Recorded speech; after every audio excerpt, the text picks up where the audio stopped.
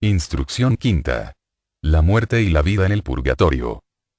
Entre todas las incertidumbres que son la característica de este mundo, hay una sola certeza: la muerte.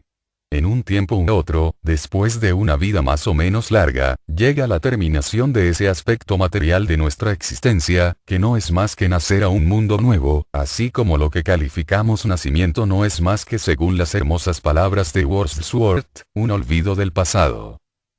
El nacimiento no es más que un sueño y un olvido. El alma que se eleva con nosotros, nuestra estrella vital, tiene en todas partes su poniente, y vino de muy lejos, no llenos de olvido, ni en completa desnudez, sino de las nubes de glorias de donde venimos, de Dios que es nuestro hogar. El cielo está sobre nosotros en la infancia.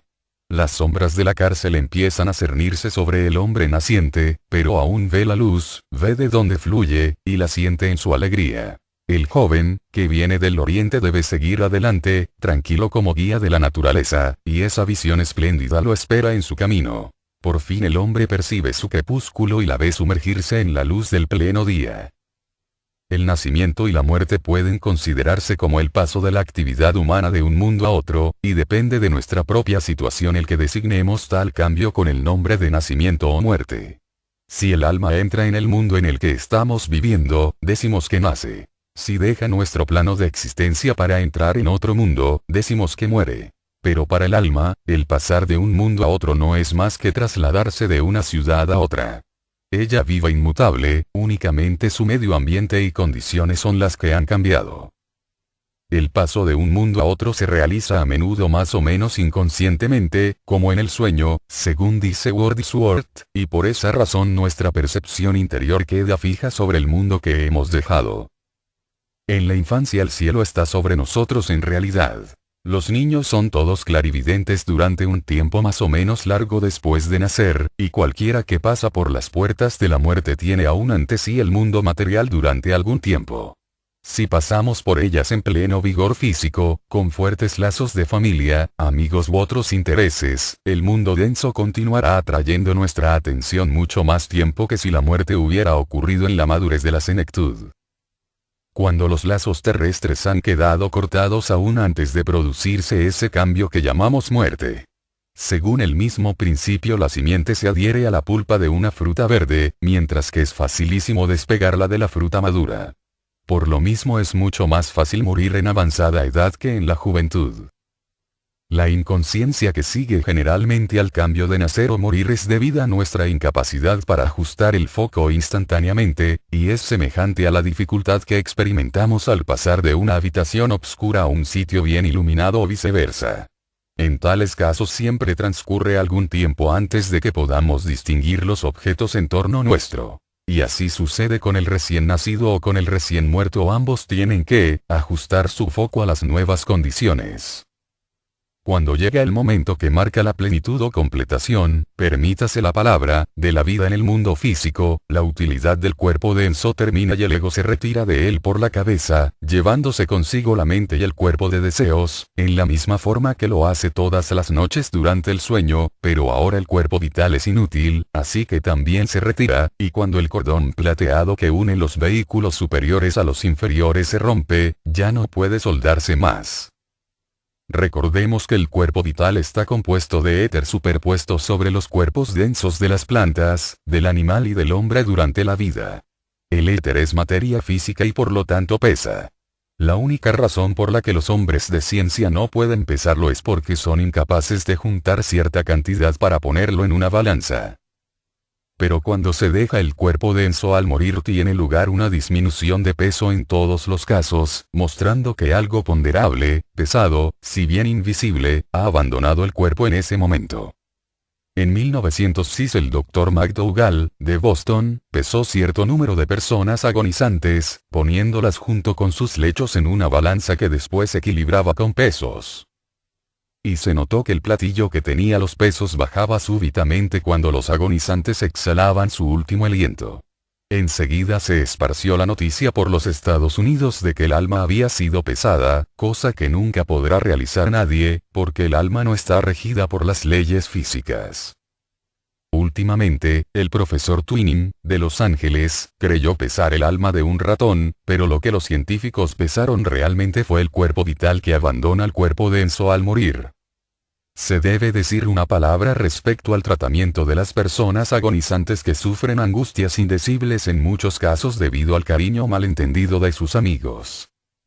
Administrar estimulantes es una u otra forma. Al agonizante produce a este muchísimos sufrimientos. No es doloroso el salir del cuerpo, pero los estimulantes tienen el efecto de apresar al ego y obligarlo a entrar en el cuerpo con la violencia de una catapulta, haciéndolo experimentar de nuevo los sufrimientos de que acababa de escapar. Almas que ya han partido se han quejado de ello a los investigadores y una de aquellas agregó que nunca había sufrido trato en toda su vida como cuando se la obligó a estar agonizando así durante muchas horas. Lo único razonable es dejar que la naturaleza siga sola su curso cuando se ve que el fin es inevitable. Otro pecado y más grave aún contra el espíritu que se va, es dar rienda suelta a los gritos y lamentaciones de los que están cerca o en la habitación del muerto. Precisamente, después de libertarse, el ego está ocupado durante algunas horas o días en un asunto de la mayor importancia. La mayor parte del valor de la vida que acaba de terminar depende de la atención que aquel pueda prestar entonces. Si los sollozos o lamentaciones de sus seres queridos lo distraen, perderá mucho, como veremos, pero si se le fortalece con la oración y con el silencio podrá librársele de muchas tristezas en el futuro. Nunca seremos tan hermanos suyos como cuando esté pasando a través de ese Getsemaní, y si lo amamos sabiamente nos haremos acreedores a su gratitud siguiendo las instrucciones mencionadas. El hombre ha estudiado el fenómeno del nacimiento y ha creado una ciencia del nacer. Tenernos obstétricos calificados y parteras prácticas para comodidad del hijo y de la madre, para que ambos se encuentran confortablemente, pero es muy triste decirlo, necesitamos todavía una ciencia del morir. Cuando un niño va a venir al mundo desplegamos nuestra actividad en inteligentes esfuerzos. Cuando un amigo querido va a dejarnos nos quedarnos sin saber qué hacer, sin poder ayudarlo o favorecerlo de alguna manera, y, lo que es peor que todo, nos lamentamos y le producirnos sufrimiento en vez de ayuda. La ciencia física sabe que sea cual fuere la fuerza o poder que mueve al corazón no viene de afuera, sino que está dentro de ese órgano. El ocultista científico ve una cámara en el ventrículo izquierdo, cerca del ápice, en la que un pequeño átomo nada en un mar del éter más elevado. La fuerza de ese átomo, como las fuerzas de todos los demás átomos, es la vida indiferenciada de Dios. Sin esa fuerza el mineral no podría modelarse en cristales, los reinos vegetal, animal y humano no podrían formar sus cuerpos. Cuanto más profundamente miramos tanto más claro se nos hace esa verdad fundamental de que en Dios vivimos, nos movemos y tenemos nuestro ser. Ese átomo se llama el átomo simiente. La fuerza que está en él mueve al corazón y mantiene vivo al organismo. Todos los demás átomos del cuerpo entero deben vibrar a tono con ese átomo. Las fuerzas del átomo simiente han sido inmanentes en todos los cuerpos densos poseídos por el ego particular a quien pertenecen. Sobre esa plástica tablilla están inscritas todas las experiencias del ego en todas sus vidas. Cuando volvamos a Dios, cuando todos nosotros nos hayamos convertido en uno con Dios, una vez más, esos registros que son especialmente los recuerdos de Dios subsistirán aún, y de esta manera retendremos toda nuestra individualidad. Nuestras experiencias las transmutamos, como se describirá, en facultades. El mal se transmuta en bien y el bien lo retendremos como poder para un bien mejor, pero el registro de las experiencias es de Dios y está en Dios, en el más íntimo sentido de la palabra. El cordón plateado que une los vehículos superiores a los inferiores termina en el átomo simiente en el corazón. Cuando la vida material llega a su fin en forma natural, las fuerzas del átomo simiente se retiran pasando por el nervio pneumogástrico, la parte posterior de la cabeza y por el cordón plateado, junto con los demás vehículos. Su ruptura en el corazón marca la muerte física, pero el cordón plateado no se rompe enseguida, pues en algunos casos subsiste durante varios días. El cuerpo vital es el vehículo de la percepción sensorial y, como quiera que permanece con el cuerpo de sensación y el cordón etérico los conecta aún con el abandonado cuerpo denso, es evidente que hasta que el cordón se corte debe haber cierta sensación que puede experimentar el ego posiblemente si se molesta a su cuerpo denso. De esta manera se le puede producir dolor al extraerle la sangre o al inyectarle fluidos para embalsamarlo, cuando se abre el cuerpo para la autopsia o cuando se lo quema. El autor conoce un caso en el que un cirujano amputó 3 dedos a una persona viva anestesiada.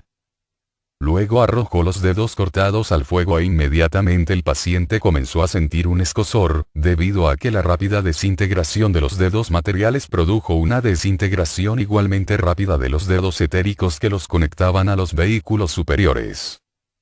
De la misma manera cualquier otra molestia afecta al espíritu desencarnado desde pocas horas hasta 3 días y medio después de la muerte.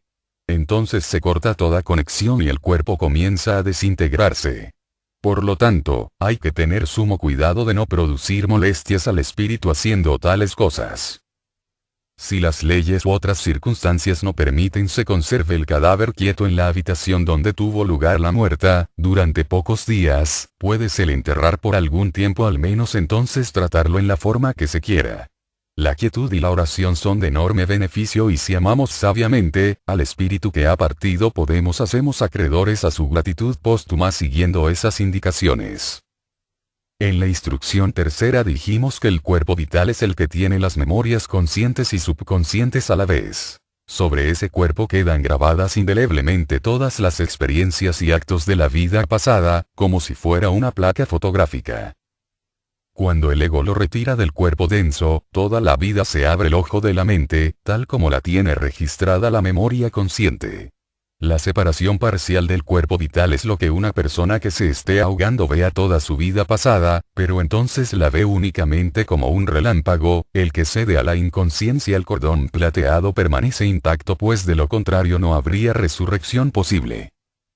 En el caso de un espíritu agonizante, el movimiento es más lento. El hombre permanece como un espectador mientras se suceden las imágenes unas a otras, desde la muerte al nacimiento. Así se ven primeramente, los sucesos recién anteriores a la muerte, después los años de la virilidad se van desarrollando hacia atrás. Juventud, adolescencia e infancia le siguen, hasta que se termina por el nacimiento. El hombre, sin embargo, no tiene el menor sentimiento sobre ello en ese intervalo. El fin perseguido es sencillamente que el panorama se imprima en el cuerpo de deseos, que es el asiento del sentimiento, y de esa impresión se sacará el sentimiento cuando el ego entre en el mundo del deseo, pero se debe notar que la intensidad del sentimiento realizado depende de la longitud de tiempo empleado en el proceso de imprimirlo y de la atención prestada por el hombre a ello. Si no se le molesta durante un largo periodo de tiempo con llantos, ruidos e histerismos, se producirá una impresión clara y nítida sobre el cuerpo de deseos. Entonces sentirá el mal que ha hecho mucho más agudamente en el purgatorio y vigorizará muchísimo más sus buenas cualidades en el cielo, y aunque la memoria se pierda en la vida futura, el sentimiento subsistirá, en esa silenciosa y constante voz interna. Si los sentimientos se hubieran impreso fuertemente en el cuerpo de deseos del ego, esa voz hablaría en términos claros y precisos. Lo impelería irresistiblemente obligándolo a desistir de hacer lo que le produjo un dolor en la vida anterior, impulsándolo en cambio a hacer lo que es bueno. Por lo tanto, el panorama se descorre hacia atrás para que el ego vea primero los efectos y después las causas subyacentes. En cuanto a lo que determina la duración del panorama debemos recordar que la paralización del cuerpo vital es lo que forzó a salir a los vehículos superiores después de la muerte, así que, ahora también, cuando el cuerpo vital se paraliza, el ego se ve obligado a retirarse y el panorama termina. La duración del panorama depende, por lo tanto, del tiempo que una persona pueda mantenerse despierta cuando es necesario. Algunas personas solo pueden estar despiertas pocas horas, otras pueden estarlo durante algunos días, dependiendo ello de la fuerza de su cuerpo vital. Cuando el ego ha dejado su cuerpo vital, este es atraído por el cuerpo denso, y aquel queda flotando sobre la tumba, sincrónicamente con el segundo, y es una visión nauseabunda para un clarividente, el pasar por un cementerio y contemplar esos cuerpos vitales cuyo estado de putrefacción indica claramente el estado del cadáver físico. Si hubiera más clarividentes, se adoptaría enseguida la cremación, como medio de proteger nuestros sentimientos, ya que no por razones sanitarias. Cuando el ego se ha libertado del cuerpo vital, su último lazo con el mundo físico se rompe y entonces penetra en el mundo del deseo. La forma ovoide del cuerpo de deseos cambia ahora asumiendo una semejante a la del perdido cuerpo denso.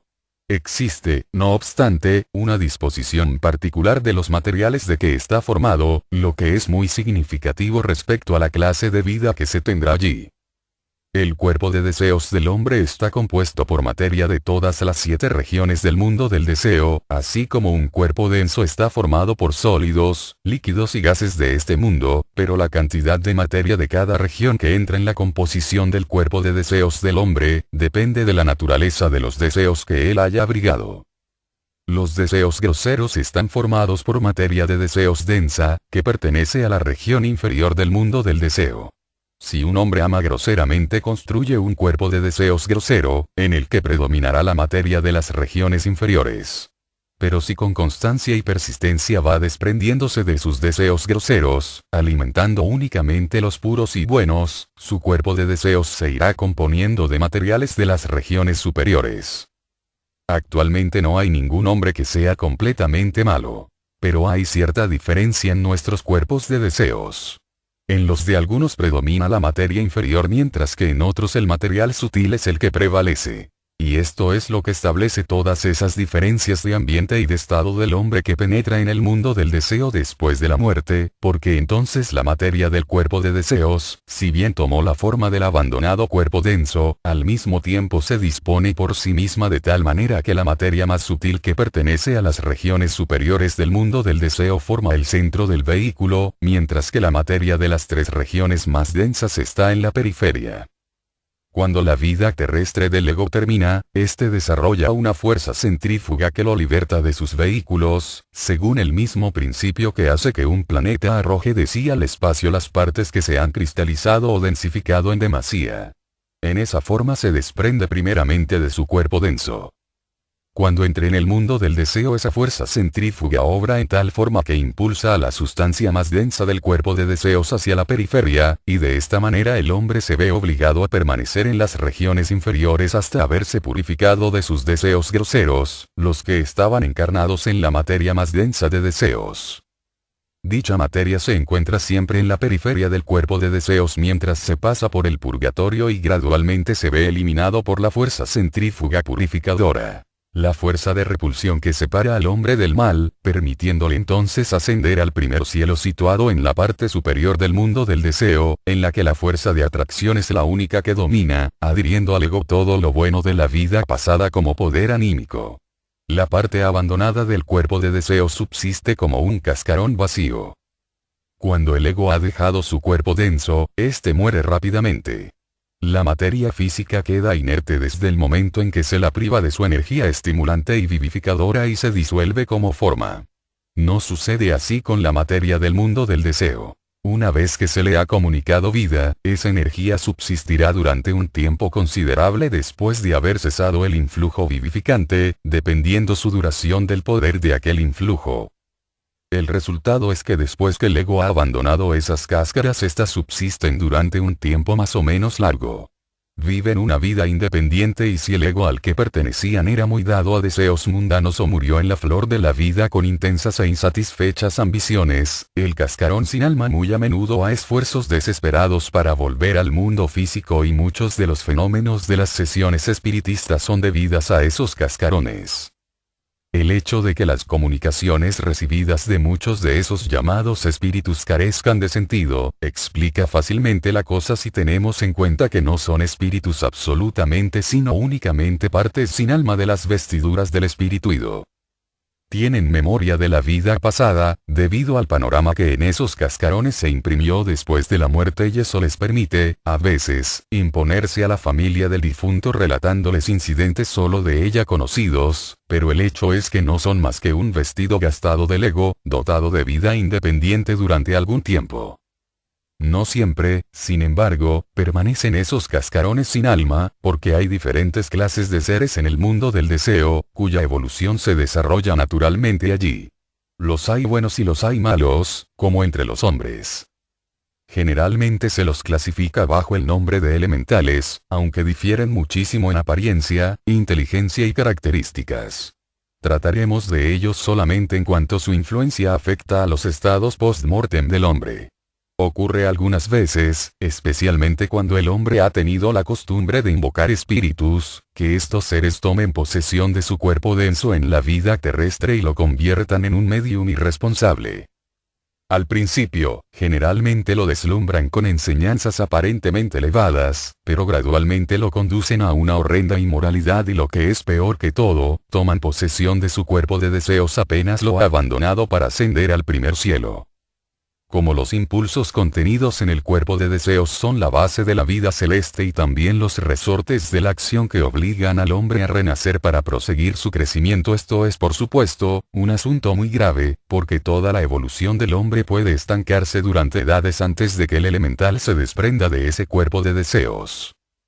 Estos elementales son los que producen muchos de los fenómenos espiritistas, en los que se despliega más inteligencia de la que puede exteriorizar un simple cascarón sin alma, y especialmente en las materializaciones, por lo menos. Aunque los cascarones puedan tomar parte, los fenómenos están siempre dirigidos por un ser inteligente. La diferencia entre un medium materializador y una persona ordinaria es que la conexión entre el cuerpo denso y el cuerpo vital es más débil en el medium, así que se puede sacar parte del cuerpo vital del último y a veces hasta gases y líquidos del cuerpo denso del medium empleándolos para formar los cuerpos de las apariciones. Esta extracción y el proceso de envolverse en los cascarones lo realizan generalmente los elementales, quienes extraen el cuerpo vital del medium por el vaso. Por regla general el cuerpo de un medium se debilita muchísimo en consecuencia. Cuando el cuerpo denso queda privado de su principio vital se agota terriblemente y por desgracia el medium trata muy a menudo de restaurar el equilibrio tomando bebidas fuertes, convirtiéndose al fin en un borracho incorregible. En la instrucción cuarta se indicaron los peligros que entraña el dejar que un hipnotizador domine nuestra voluntad y nos prive de la libertad, pero en ese caso la víctima puede verlo por lo menos, y puede formarse una opinión sobre el hipnotizador que la domina. En el caso del medium el peligro está multiplicado 1000 veces, porque no se puede ver cuál es la influencia dominadora. La muerte del hipnotizador liberta a sus víctimas, pero el mayor peligro para el medium existe después de la muerte. Por lo tanto un estado negativo en el que todo el cuerpo aunque más no sea que la mano de una persona es usada mecánicamente, sin contar con la voluntad individual es muy arriesgado. No negamos que a veces hay comunicaciones genuinas provenientes del espíritu ido, o que se producen benévolas informaciones que vienen de seres que no están bajo el dominio de nuestra voluntad, pero nuestro propósito es señalar los peligros que corren aquellos que no conocen el asunto. Los filántropos no están a montones en el mundo del deseo, así como tampoco son muy numerosos aquí. Positivamente, la mayoría de esos seres no son ni grandes ni buenos, ni mucho menos ángeles, si gozan golpeando las orejas de los asistentes con los sombreros o echándoles agua en el cuello hacen cualesquiera otras travesuras de las que se ven tantas en las sesiones espiritistas. Esos titulados espíritus o son cascarones sin alma o elementales inferiores. Cuando el hombre está en el mundo del deseo es el mismo hombre desde todo punto de vista que antes de morir, con una sola excepción. Cualquiera que le viera allí lo reconocería si lo hubiera conocido antes aquí. No hay poder transformador alguno después de la muerte. El carácter del hombre no ha cambiado, el vicioso y el bebedor son tan viciosos y disipados como lo eran aquí, el avaro sigue siendo avaro, el ladrón también pero hay un grande e importante cambio en todos ellos. Han perdido su cuerpo denso y eso marca toda la diferencia en cuanto a la gratificación de sus diversos deseos. El borracho no puede beber. Carece de estómago y aunque vaya y se meta en un barril de whisky en alguna taberna, como lo suele hacer, no encuentra la menor satisfacción, porque el whisky no produce en el barril las emanaciones que se producen durante la combustión química en el canal alimenticio. Entonces trata de ver el efecto que le produce el meterse en el cuerpo denso de algún borracho de la tierra. Esto lo consigue fácilmente porque el cuerpo de deseos está constituido en tal forma que no hay el menor inconveniente en que ocupe el mismo espacio junto con otra persona. Las personas muertas se molestan al principio cuando alguno de sus amigos se sienta en la misma silla que están ocupando ellos, pero después de cierto tiempo aprenden que no es necesario salir de una silla porque otro vaya a sentarse en ella.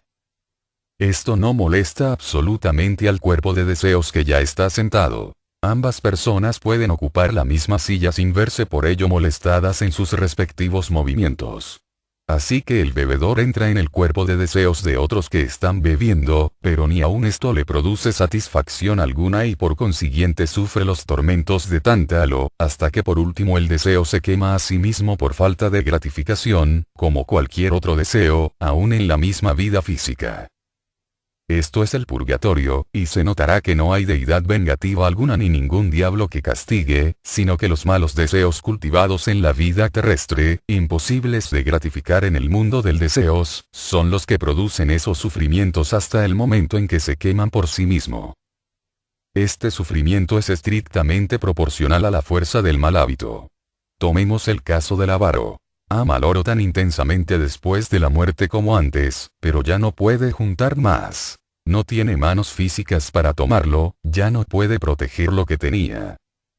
Puede sentarse ante su caja de hierro y ponerse a observarlo, pero sus herederos quizás vengan y le echarán mano, llevándose su querido oro y riéndose del viejo miserable, mientras éste está cerca sufriendo un espasmo de rabia y mortificación. Por último, sin embargo, aprende a contenerse. Automáticamente se va purificando de su avaricia, como el bebedor de su amor a la bebida, mediante la ley de consecuencia, la que borra los defectos o faltas de una persona en forma impersonal. En verdad no hay castigo alguno, todo sufrimiento es debido a los hábitos adquiridos, y está estrictamente proporcionado a ellos. Benévolamente la ley nos quita nuestros defectos, así que debido a esa purificación nacemos inocentes y podemos adquirir más fácilmente la virtud cuando de nuevo seamos tentados, escuchando la voz de la conciencia que nos previene. Cada mal acto, por lo menos es un acto voluntario. Mientras nuestros malos hábitos son tratados de esa manera, nuestras acciones malas específicas de la vida pasada son tratadas en la misma forma automática por medio del panorama de la vida impresa en el cuerpo de deseos. Ese panorama comienza a desarrollarse hacia atrás desde la muerte al nacimiento, después de nuestra entrada en el mundo del deseo. Y se desarrolla hacia atrás a una velocidad 3 veces mayor que la de su vida física, así que un hombre que haya vivido 60 años vivirá de nuevo su vida pasada en el mundo del deseo en unos 20 años. Recordaremos que cuando se contemplaba ese panorama recién después de morir no había ningún sentimiento sobre él, permaneciendo meramente como espectador, mirando las imágenes conforme se desarrollaban. No sucede así cuando aparecen en su conciencia en el purgatorio. Allí el bien no hace impresión alguna, pero todo lo malo reacciona sobre él de tal manera que en las escenas donde hizo sufrir a otro él mismo se siente herido. Sufre todos los dolores y agonías que sintió su víctima en la vida, y como la velocidad de su vida es triple aquí, así también su sufrimiento es 3 veces mayor. Y es aún más agudo porque el cuerpo denso es de tan baja intensidad vibratoria que obstaculiza hasta el sufrimiento, pero en el mundo del deseo, donde no hay cuerpo físico, el sufrimiento es más intenso, y cuanto más nítida fue la impresión de la vida pasada en el cuerpo de deseos al morir, tanto más sufrirá el hombre y tanto más claramente sentirá en sus vidas posteriores que toda transgresión de la ley debe evitarse. Hay un aspecto especial de este sufrimiento que añade algo a su carácter de suyo desagradable. Si en una vida el hombre ha injuriado a 2 personas al mismo tiempo y una está viviendo en Maine y otra en California, cuando el injuriador está pasando por la realización purgatorial de los sufrimientos que les causó, sentirá como si él mismo estuviera presente ante las 2 a la vez, como si una parte de él estuviera en Maine y la otra en California. Esto le proporciona un sentimiento indescriptible de estar hecho pedazos. Hay 2 clases de personas para quienes el proceso purgatorial no comienza inmediatamente: los suicidas y los asesinados. En el caso de un suicida, aquel no comienza hasta que llegue el tiempo en el que el cuerpo debió morir según el curso natural de los acontecimientos, pero en el ínterin sufre las consecuencias de su acto de una manera tan horrenda como peculiar. Siente como si estuviera vacío, por decirlo así, como si habitara una región dolorosa, debido a que la actividad del arquetipo de su forma continúa en la región del pensamiento concreto. Cuando una persona, joven o vieja, muere naturalmente o por accidente, la actividad arquetípica cesa. Los vehículos superiores sufren una modificación al morir, así que la pérdida del cuerpo denso en sí misma no produce sentimiento alguno de molestia. Pero el suicida no experimenta tal modificación hasta que el arquetipo de su cuerpo cesa de trabajar en el momento en el que debió ocurrir la muerte natural. El espacio que su cuerpo denso debía ocupar está vacío, porque el arquetipo está hueco, y esto hace sufrir indescriptiblemente. Así, pues, aprende que no es posible escaparse de la escuela de la vida antes de tiempo sin atraerse consecuencias desagradables, y en sus vidas posteriores cuando su sendero le parezca muy difícil, recordará en su alma el cobarde atentado de escapar por medio del suicidio, lo que solo lo produjo aumento de sufrimientos. Hay personas que se suicidan por razones desinteresadas, para librar a otros de una afrenta, y por supuesto obtienen por ello una recompensa en otra forma, pero no pueden escapar al sufrimiento del suicida, así como el hombre que penetra en un edificio ardiendo para salvar a otros no está por ello inmune de quemarse. La víctima del asesino se libra de este sufrimiento porque se queda en estado comatoso por regla general, hasta el tiempo en el que la muerte natural debió ocurrir, y se tiene cuidado de ella en ese respecto, así como de las víctimas de los llamados accidentes, pero estas últimas tienen conciencia inmediatamente o poco después de su muerte. Si el asesino es ejecutado entre el tiempo en el que ocurrió el asesinato y el momento en el que su víctima debió morir naturalmente, el cuerpo de deseos en estado comatoso de la última es atraído magnéticamente hacia su matador, siguiéndolo donde quiera que éste vaya, sin un momento de respiro. La escena del asesinato está siempre ante él produciéndole sufrimientos y angustias indecibles que inevitablemente acompañan a esa representación incesante de su crimen con todos sus horrendos detalles.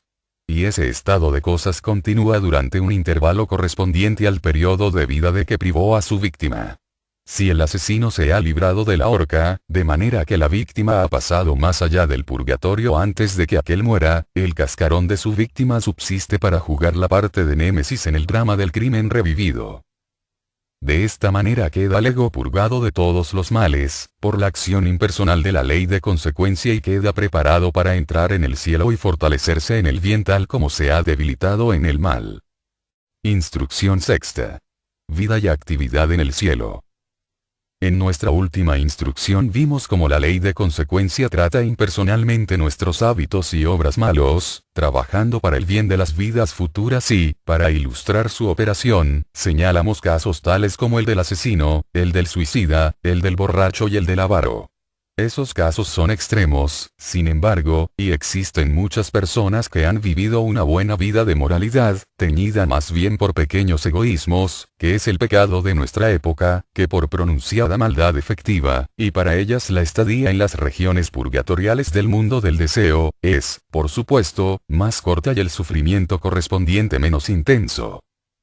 A su debido tiempo todos pasan a las regiones superiores del mundo del deseo, donde está situado el primer cielo. Esta es la tierra del veraneo, el Summerland, de los espiritistas. Las imaginaciones y pensamiento de las personas, generados durante la vida, son los que crean las formas que actualmente ven en su imaginación. Una característica de los mundos internos en que la materia de ellos se modela fácilmente bajo el impulso del pensamiento de la voluntad, y todas esas formas fantásticas creadas por la gente se mueven animadas por elementales y duran tanto tiempo como el pensamiento o deseo que las formó. En Navidad, por ejemplo, Santa Claus vive y se mueve allí en realidad. Santa Claus es más o menos en Norteamérica lo que para los países latinos son los Reyes Magos. Muchos empleados de los diversos bazares y jugueterías de los Estados Unidos se disfrazan de Santa Claus, viejo respetable, de barbas blancas, bien abrigado de pieles, que recoge las cartas de los niños en las que piden juguetes, etc. En el caso a que el autor se refiere, los habitantes de los países latinos crean en ese mundo diversas imágenes de los Reyes Magos, los que viven en un tiempo proporcional al vigor del pensamiento que les dio origen. Hay toda suerte de variedades del mismo y gozan de vigorosa salud durante un mes o más, hasta que los deseos de los niños que los crearon cesan de fluir en esa dirección y entonces se disuelven para surgir de nuevo al año siguiente. La Nueva Jerusalén con sus calles de perla y mares de cristal y todas las demás imaginaciones piadosas y morales de la gente de iglesia, también se encuentran allí.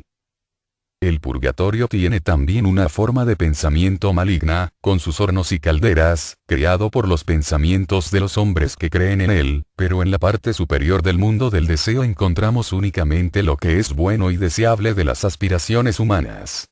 Allí tiene el estudiante toda clase de bibliotecas y puede proseguir sus estudios de una manera mucho más efectiva que cuando estaba confinado en su cuerpo denso.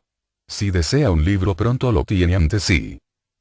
El artista por medio de su imaginación da forma perfecta a sus modelos, pinta con colores vivientes, luminosos, en vez de pintar con las inexpresivas e inertes pinturas de la tierra que son su desesperación, porque aquí, en la vida terrestre, es imposible para él reproducir los tintes que ve con su visión interna. Pero el mundo del deseo, es el mundo del color por excelencia y por lo tanto obtiene los deseos de su corazón en el primer cielo y recibe inspiración y poder para continuar su labor en futuras vidas.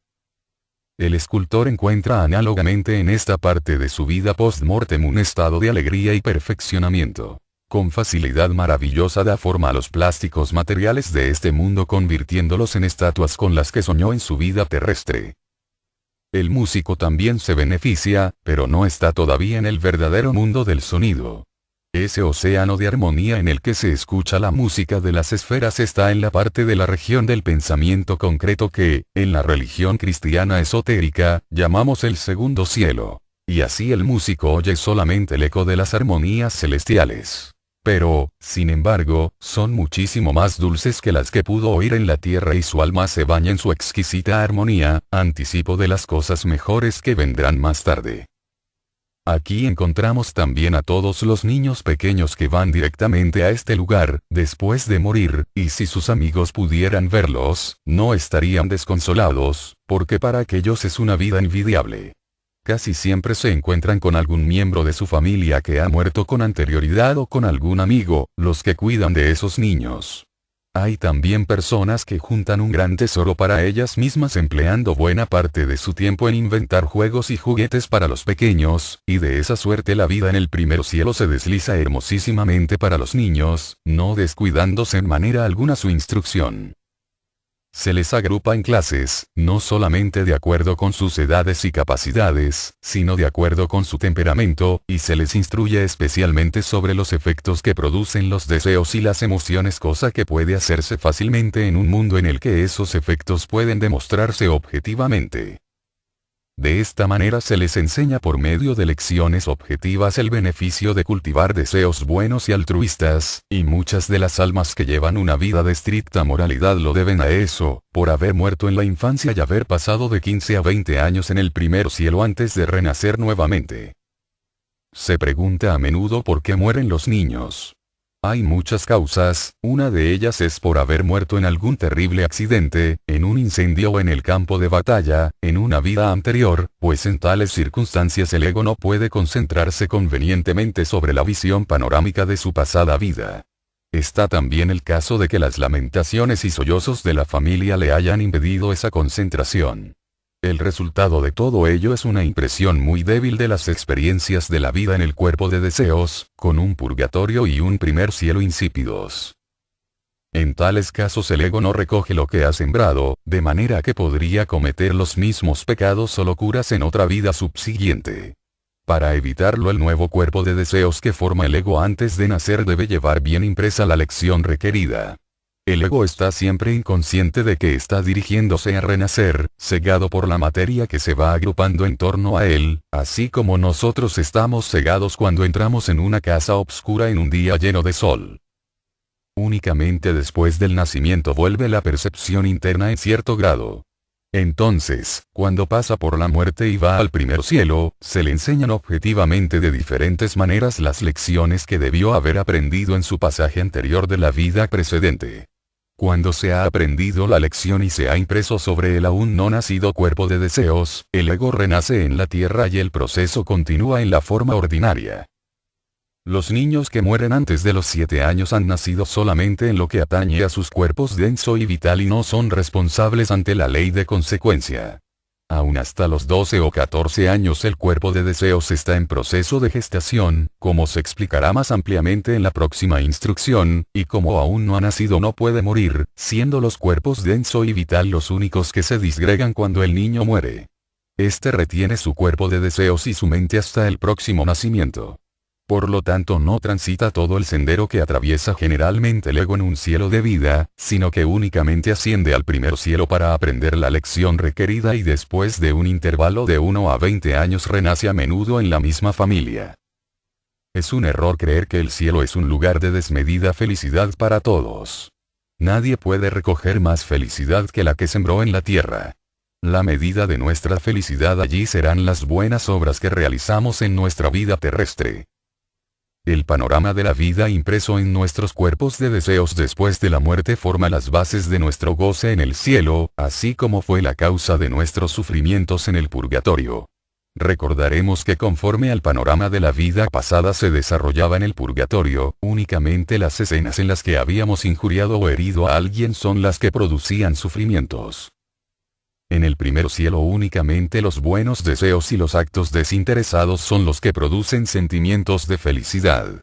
Cuando contemplamos alguna escena en la que ayudamos a alguien consolando sus tristezas y aliviándole sus sufrimientos, no solamente sentimos la más intensa satisfacción personal sino que además sentimos todo lo que sintió el favorecido como alivio corporal y la corriente mental de gratitud que sintió por su auxiliador.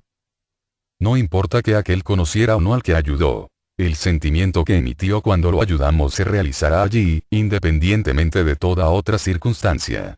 Por otro lado, si hemos quedado agradecidos a nuestros benefactores sentiremos el mismo sentimiento de alivio de toda incomodidad y nueva gratitud por el que nos ayudó. Como que todos estos sentimientos y deseos se disuelven en el ego por las fuerzas espirituales alquímicas generadas cuando se están realizando allí, y como que sufren además una transmutación convirtiéndose en facultades empleables en las futuras encarnaciones, se ve fácilmente cuán importante es para nuestro propio crecimiento anímico el que sintamos y expresemos nuestra gratitud por los favores que se nos hagan, porque así echaremos las bases de nuevos favores esta y otras vidas futuras a la vez. Se dice que el Señor ama al que se complace en dar. Y es igualmente cierto que la ley de consecuencia ama al corazón agradecido. Cuando se considera el dar debemos prevenirnos contra la falaz idea de que únicamente el hombre adinerado puede dar. Las donaciones hechas sin discernimiento son una maldición tanto para el dador como para el que las recibe. Únicamente cuando el dador da también su mente y su corazón puede ser el oro de algún valor. Porque, ¿qué es el oro sin cariño si se compara con la simpatía? Expresiones de fe y palabras de aliento pueden comunicar valor al hombre para ir y vencer, excitando su ambición podemos ayudarlo a ayudarse a sí mismo mientras que una ayuda financiera lo haría dependiente de nosotros. Cuando demos, démonos nosotros mismos primeramente. La ética del dar, con el efecto sobre el dador en forma de lección espiritual, está hermosísimamente descrita en la visión de Sir Launfal de Lommel. El joven y ambicioso caballero, Sir Launfal, cubierto por su brillante armadura y regiamente vestido, sale de su castillo para ir en busca del Santo Grial. En su coraza brilla la cruz, el símbolo de la benevolencia y ternura de nuestro Salvador, el humilde y amante, pero el corazón del caballero está lleno de orgullo y desdén altivo para el pobre y el necesitado. Encuentra a un leproso pidiendo limosna y con gesto desdeñoso arrójale una moneda de oro, como si arrojara un hueso a un can hambriento, pero el leproso no alzó el oro del polvo y dijo: «Mejor para mí es la corteza del pan del pobre. Mejor la bendición de este, si tengo que volver con las manos vacías». No son verdaderas limosnas las que solo pueden tomarse con la mano. Es inútil el oro de aquel que da solo porque le parece un deber hacerlo, pero aquel que da una minucia, para quien no está al alcance de su vista. Ese hilo de belleza, sostenedor universal, que todo lo penetra y lo une, la mano no puede abarcar toda su limosna, el corazón ansioso extiende sus brazos. Porque un Dios acompaña y provee al alma que antes estaba pereciendo en la oscuridad. A su regreso Sir Launfal encuentra a otro en posesión de su castillo, quien le impide entrar. Ya viejo y doblegado, gastado y débil volvió de su busca del Santo Grial. Poco caso le hacía a la pérdida de su señorío, ya no lucía en su capa una cruz, pero en lo profundo de su corazón llevaba el signo, la divisa del pobre y del que sufre. De nuevo encuentra al leproso pidiendo limosna. Esta vez el caballero contesta diferentemente. Y Sir Launfal dijo: veo en ti la imagen de aquel que murió en el madero.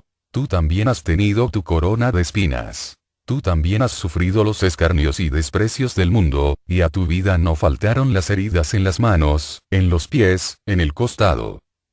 Hijo de la clemente María, reconóceme. Mira, por él te doy a ti. Echa una mirada al leproso y lo recuerda, reconociéndolo, y su corazón se volvió ceniza y polvo. Partió en dos su última corteza de pan, y se produce una transformación. Rompió el hielo en la orilla del arroyuelo, y dio de comer y de beber al leproso.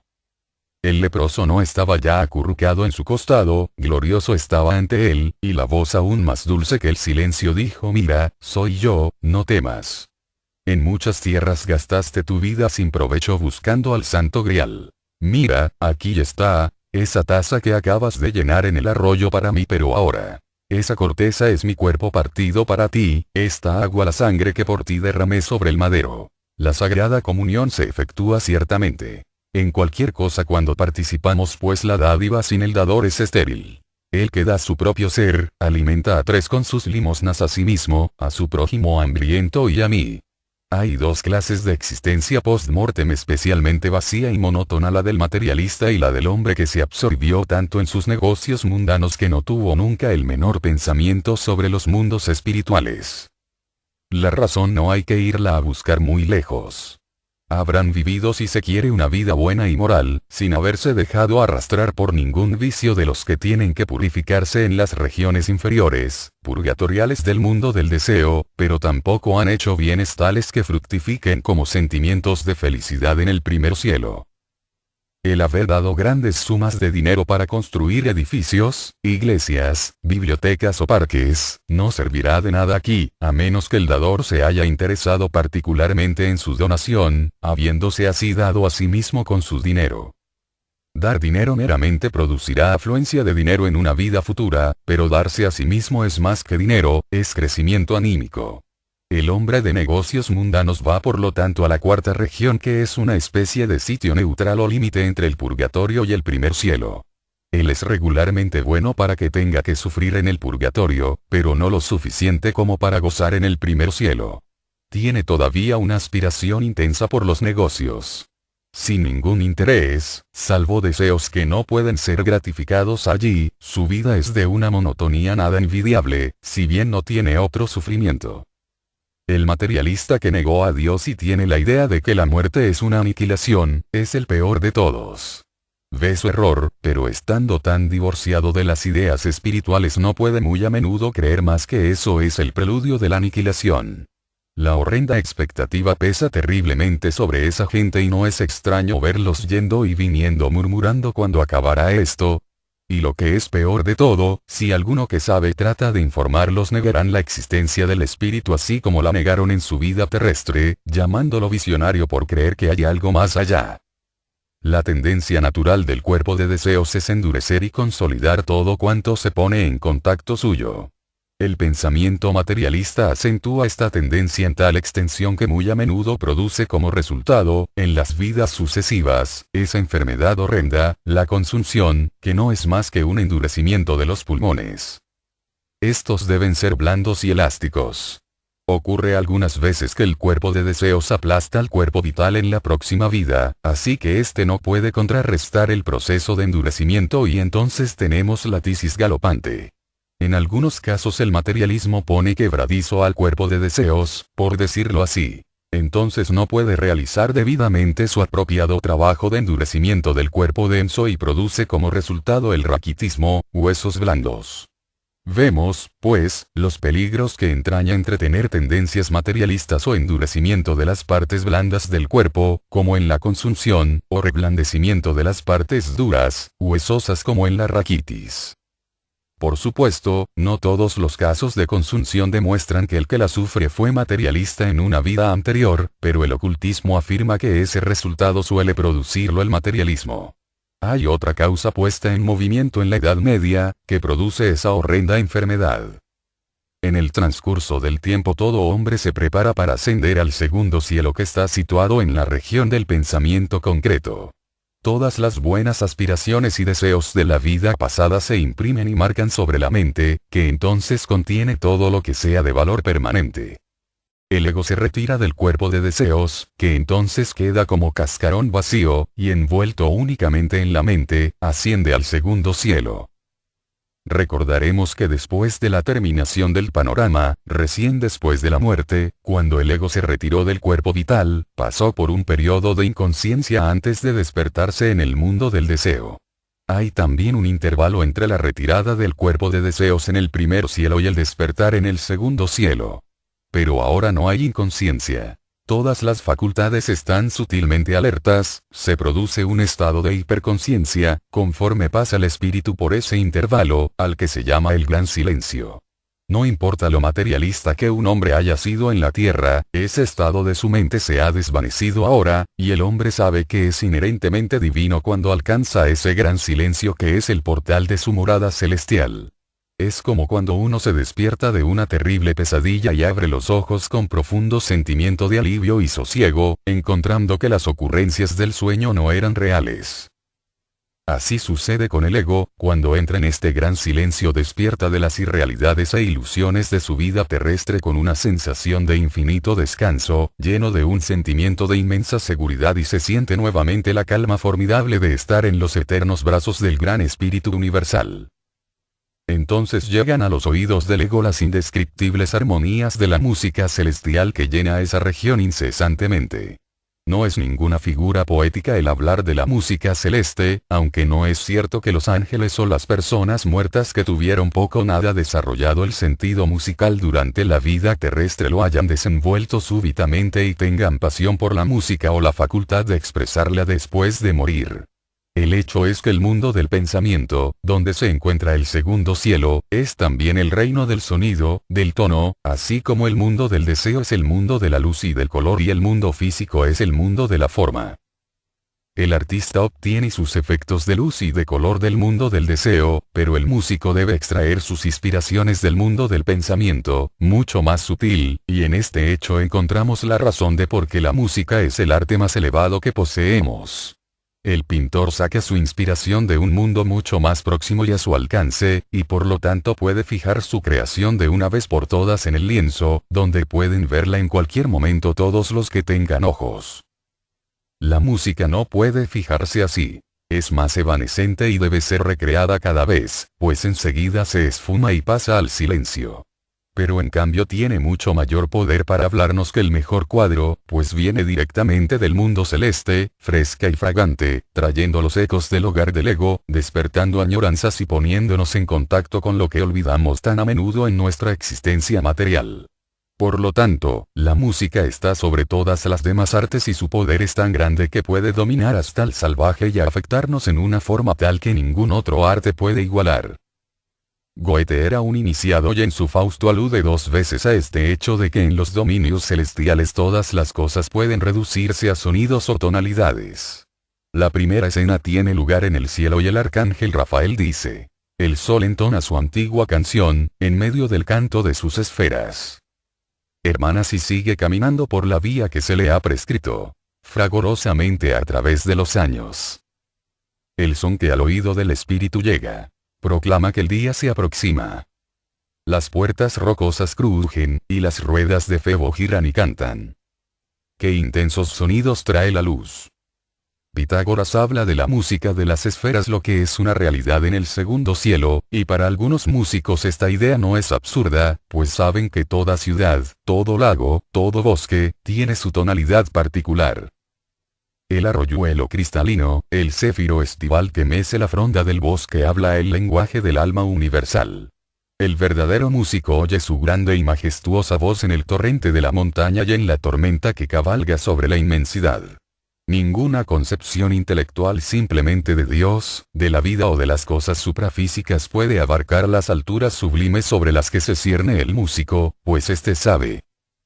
En el purgatorio los malos hábitos y actos de la vida producen sufrimientos que se transmutan en sentimiento de rectitud en el primer cielo.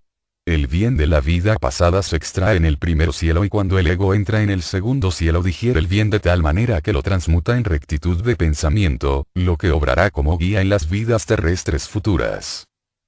De esta manera, en cada nuevo nacimiento, el ego trae consigo, como capital, la sabiduría acumulada extraída de las experiencias de todas sus vidas pasadas, que es su capital o existencia utilizable.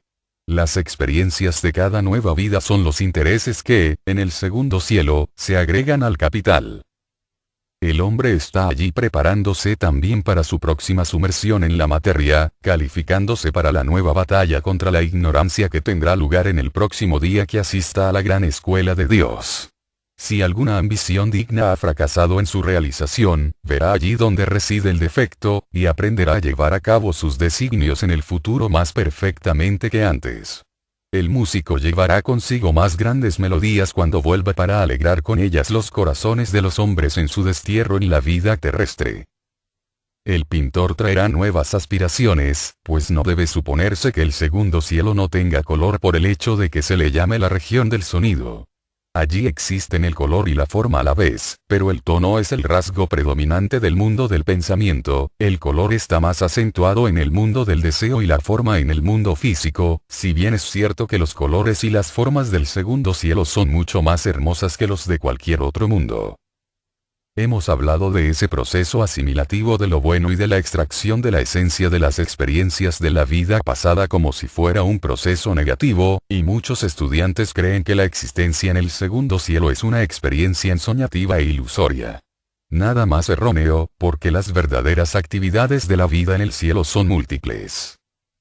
El hombre no solamente pasa revista a sus pasadas vidas sino que está también preparando activamente su futuro. Estamos acostumbrados a hablar de evolución, pero analizamos siempre qué es lo que produce la evolución y por qué no se estanca esta. Si lo hiciéramos comprenderíamos que hay fuerzas tras todo lo visible que producen la alteración de la flora y de la fauna, que producen cambios topográficos y del clima, cosa que se efectúa constantemente. Y entonces ocurre generalmente esta pregunta muy natural: ¿qué o quiénes son las fuerzas o agentes de la evolución? Por supuesto, sabemos que los hombres de ciencia dan explicaciones mecánicas sobre ello. Tienen mucho crédito y han realizado muchísimas cosas, si consideramos que la ciencia está en plena infancia y que solo posee 5 sentidos y los ingeniosos instrumentos inventados para ayudarlos. Sus deducciones son maravillosamente ciertas, pero esto no quiere decir que no haya causas subyacentes que no puedan, por ahora, percibirse, pero que proporcionarán una comprensión mucho más clara del asunto que las simples explicaciones mecánicas. Una ilustración dilucidará el punto. 2 hombres están conversando cuando súbitamente uno golpea al otro. Ahí tenemos un acontecimiento, un hecho y podemos explicarlo mecánicamente diciendo: yo vi a un hombre contrayendo los músculos de su brazo, extenderlos después y dar un puñetazo al otro, a quien tiró al suelo.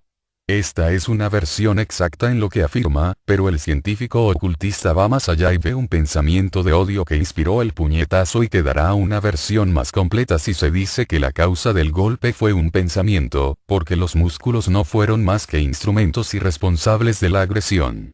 Faltando la fuerza impulsora del pensamiento de odio, la mano hubiera permanecido inerte y el puñetazo no se habría producido. De esta manera, la ciencia oculta refiere todas las causas a la región del pensamiento concreto y nos dice que los espíritus humanos y suprahumanos las generan allí. Recordando que los arquetipos creadores de todo lo que vemos en el mundo visible están en el mundo del pensamiento, que es el dominio del sonido, estamos preparados para comprender que las fuerzas arquetípicas están constantemente obrando a través de esos arquetipos que entonces emiten cierto sonido, o, cuando cierto número de ellos se agrupan para crear cierta especie de forma vegetal, animal o humana, los diversos sonidos mézclense en un gran coro.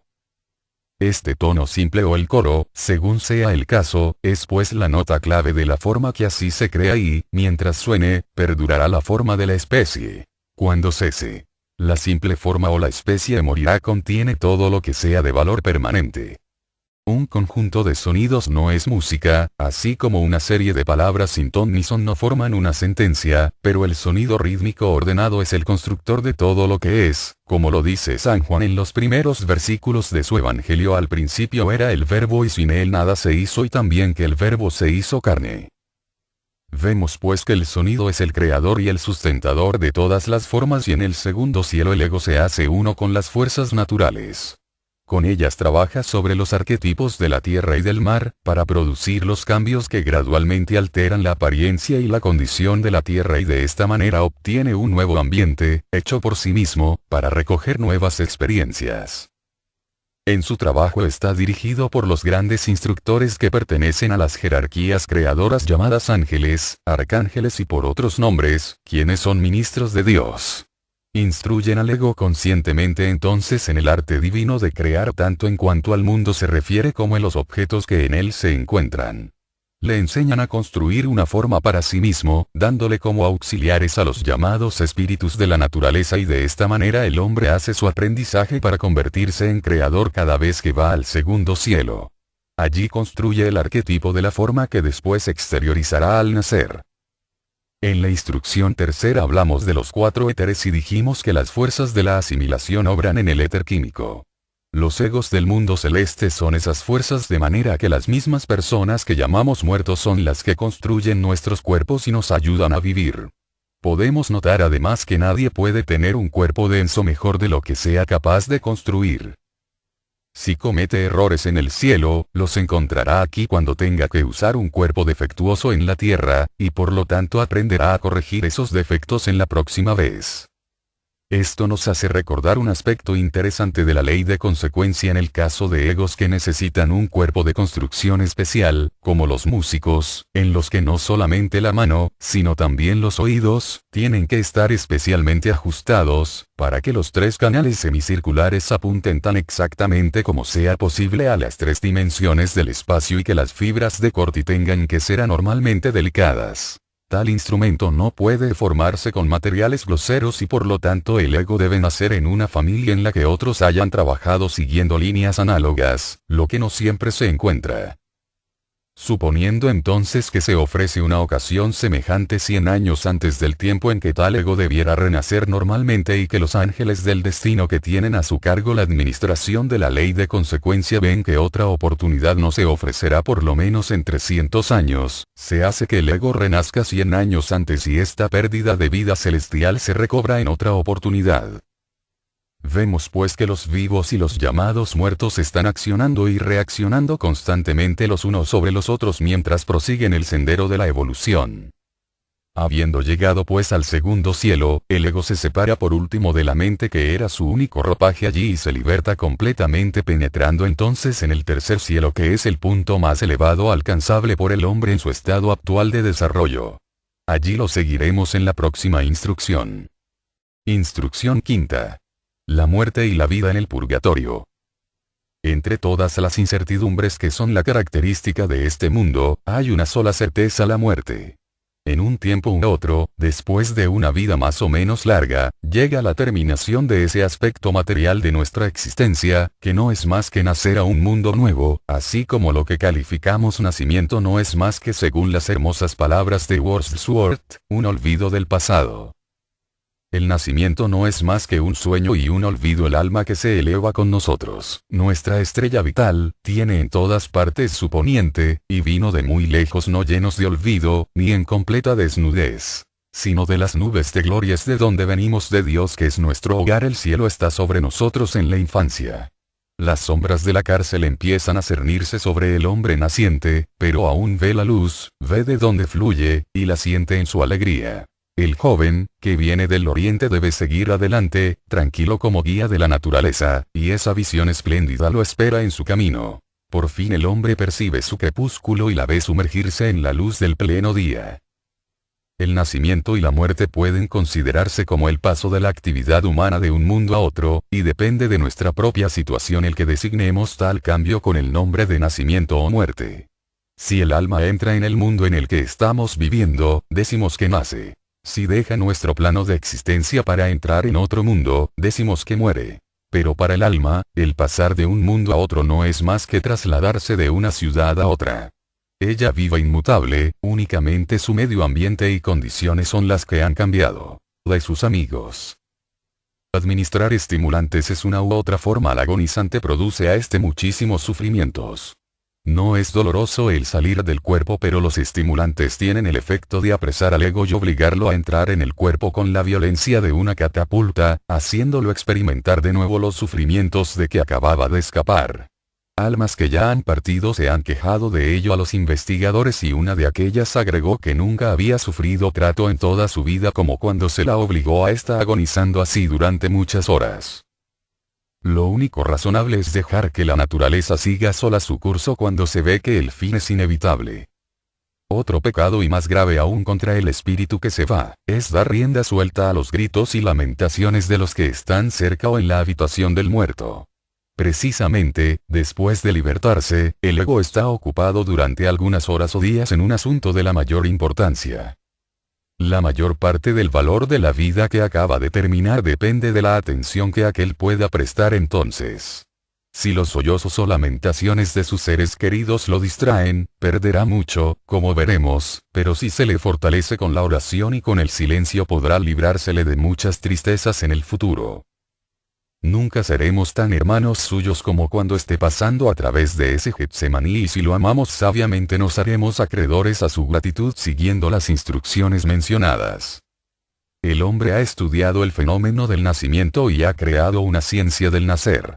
Tenernos obstétricos calificados y parteras prácticas para comodidad del hijo y de la madre, para que ambos se encuentran confortablemente, pero es muy triste, llevándose consigo la mente y el cuerpo de deseos, en la misma forma que lo hace todas las noches durante el sueño, pero ahora el cuerpo vital es inútil, así que también se retira, y cuando el cordón plateado que une los vehículos superiores a los inferiores se rompe, ya no puede soldarse más. Recordemos que el cuerpo vital está compuesto de éter superpuesto sobre los cuerpos densos de las plantas, del animal y del hombre durante la vida.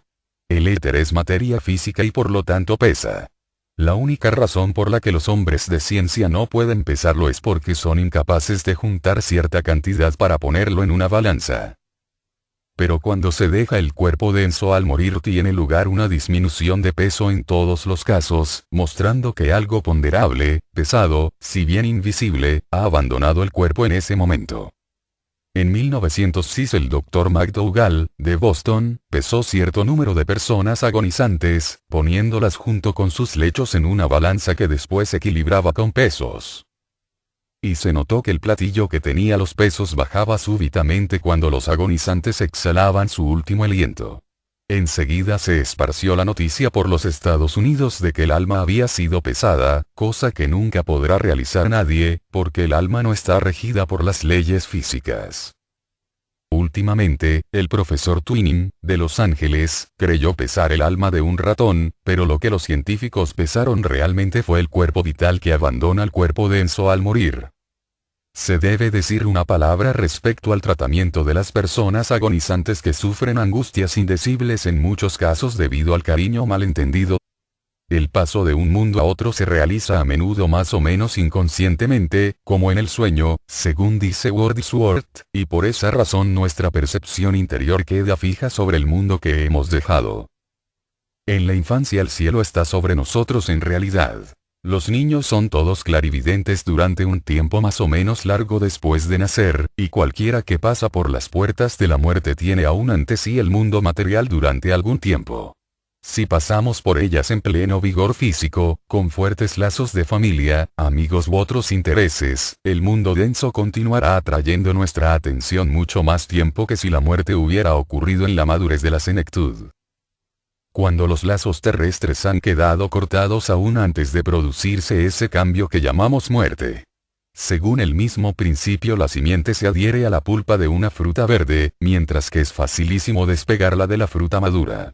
Por lo mismo es mucho más fácil morir en avanzada edad que en la juventud. La inconsciencia que sigue generalmente al cambio de nacer o morir es debida a nuestra incapacidad para ajustar el foco instantáneamente, y es semejante a la dificultad que experimentamos al pasar de una habitación oscura a un sitio bien iluminado o viceversa. En tales casos siempre transcurre algún tiempo antes de que podamos distinguir los objetos en torno nuestro. Y así sucede con el recién nacido o con el recién muerto, ambos tienen que ajustar su foco a las nuevas condiciones. Cuando llega el momento que marca la plenitud o completación, permítase la palabra, de la vida en el mundo físico, la utilidad del cuerpo denso termina y el ego se retira de él por la cabeza. A decirlo, necesitamos todavía una ciencia del morir. Cuando un niño va a venir al mundo desplegamos nuestra actividad en inteligentes esfuerzos. Cuando un amigo querido va a dejarnos nos quedarnos sin saber qué hacer, sin poder ayudarlo o favorecerlo de alguna manera, y, lo que es peor que todo, nos lamentamos y le producirnos sufrimiento en vez de ayuda. La ciencia física sabe que sea cual fuere la fuerza o poder que mueve al corazón no viene de afuera, sino que está dentro de ese órgano. El ocultista científico ve una cámara en el ventrículo izquierdo, cerca del ápice, en la que un pequeño átomo nada en un mar del éter más elevado. La fuerza de ese átomo, como las fuerzas de todos los demás átomos, es la vida indiferenciada de Dios. Sin esa fuerza el mineral no podría modelarse en cristales, los reinos vegetal, animal y humano no podrían formar sus cuerpos. Cuanto más profundamente miramos, tanto más claro se nos hace esa verdad fundamental de que en Dios vivimos, nos movemos y tenemos nuestro ser. Ese átomo se llama el átomo simiente. La fuerza que está en él mueve al corazón y mantiene vivo al organismo. Todos los demás átomos del cuerpo entero deben vibrar a tono con ese átomo. Las fuerzas del átomo simiente han sido inmanentes en todos los cuerpos densos poseídos por el ego particular a quien pertenecen. Sobre esa plástica tablilla están inscritas todas las experiencias del ego en todas sus vidas. Cuando volvamos a Dios, cuando todos nosotros nos hayamos convertido en uno con Dios, una vez más, esos registros que son especialmente los recuerdos de Dios subsistirán aún.